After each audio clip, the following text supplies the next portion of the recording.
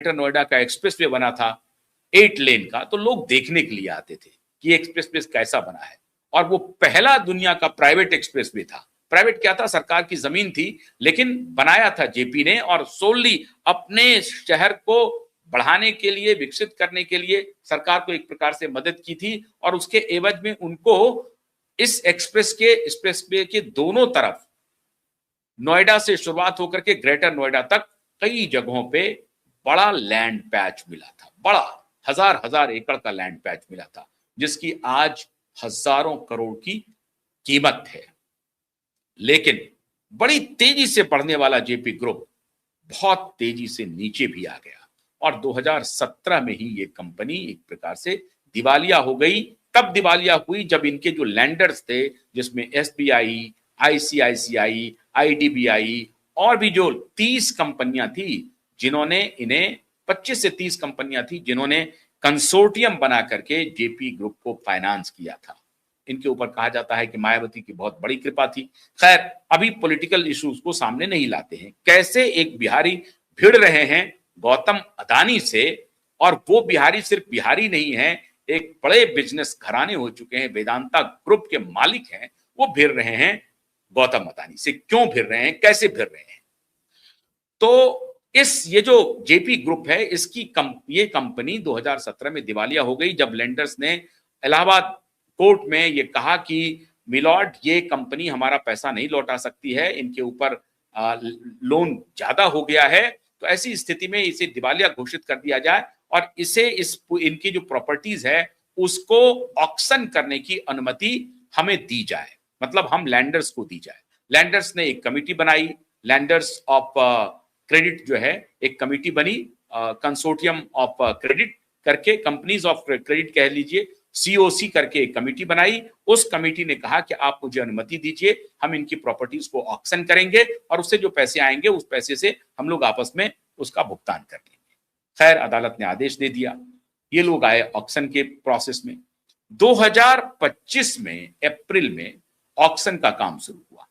Auction में 30 कंपनियों ने हिस्सेदारी ली।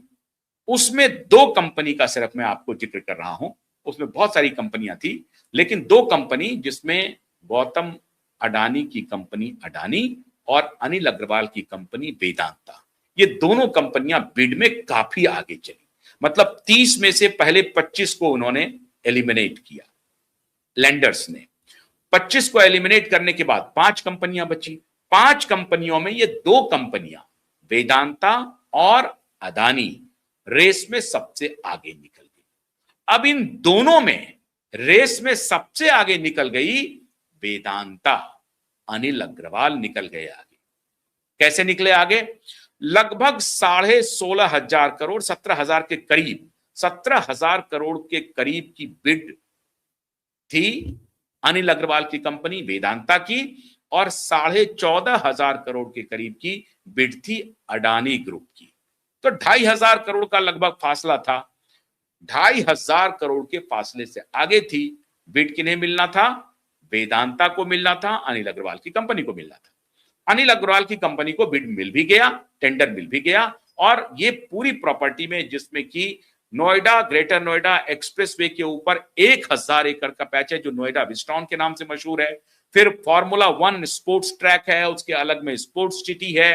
ग्रेटर नोएडा में जेपी ग्रीन्स करके 450 एकड़ का लैंड पैच है, जिसपे कि state of the art 5 star hotels हैं, बंगलोज हैं, बड़े बड़े लोगों की उसमें कोठियां हैं, बड़े हाई एंड अपार्टमेंट्स बने हुए हैं। और विस्टाउन में भी अंडर कंस्ट्रक्शन कुछ एरिया तो उन्होंने सेल किया है, लेकिन कुछ एरिया, ज्यादातर एरिया अभी कंप्लीट होना है, स्ट्रक्चर रेडी है हाउसिंग सोसाइटीज के। अब ये बड़ी प्रॉपर्टी है इनके पास। उसके बिड में अडानी की कंपनी 14,500 और वेदांता, जो अनिल अग्रवाल की कंपनी है, वो लगभग 17,000 करोड़ का बिड करके बिड पा लिया वेदांता ने। हो गया साहब। जून में खबर आई कि नहीं, लेंडर्स ने भरोसा जताया है कि वो ये बिड, ये टेंडर, ये प्रॉपर्टी वेदांता को सेल नहीं करेगी। भाई क्यों भाई? वो गौतम अदानी की कंपनी अदानी ग्रुप को ये प्रॉपर्टी सेल करने जा रही है 14,500 करोड़ में। अब वेदांता के मालिक अनिल अग्रवाल हैरान रह गए। उन्होंने आजकल में ही एक पोस्ट किया, कुछ दिन पहले एक पोस्ट किया जिसमें गीता के 15वें अध्याय का जिक्र कर रहे हैं। वो कह रहे हैं कि साहब हम तो कर्मण्येवाधिकारस्ते मां फलेषु कदाचन के पालक हैं। हम तो सिर्फ गीता के कर्म के फल पर भरोसा रखते हैं, मेहनत कर रहे हैं, कर्म कर रहे हैं। हमने बोली लगाई, बोली लगाकर हमारे और उनके बीच में 2,500 करोड़ का अंतर। ऐसा भी नहीं है कि 100, 150 करोड़, 50 करोड़ का फर्क है, 2,500 करोड़ का फर्क है।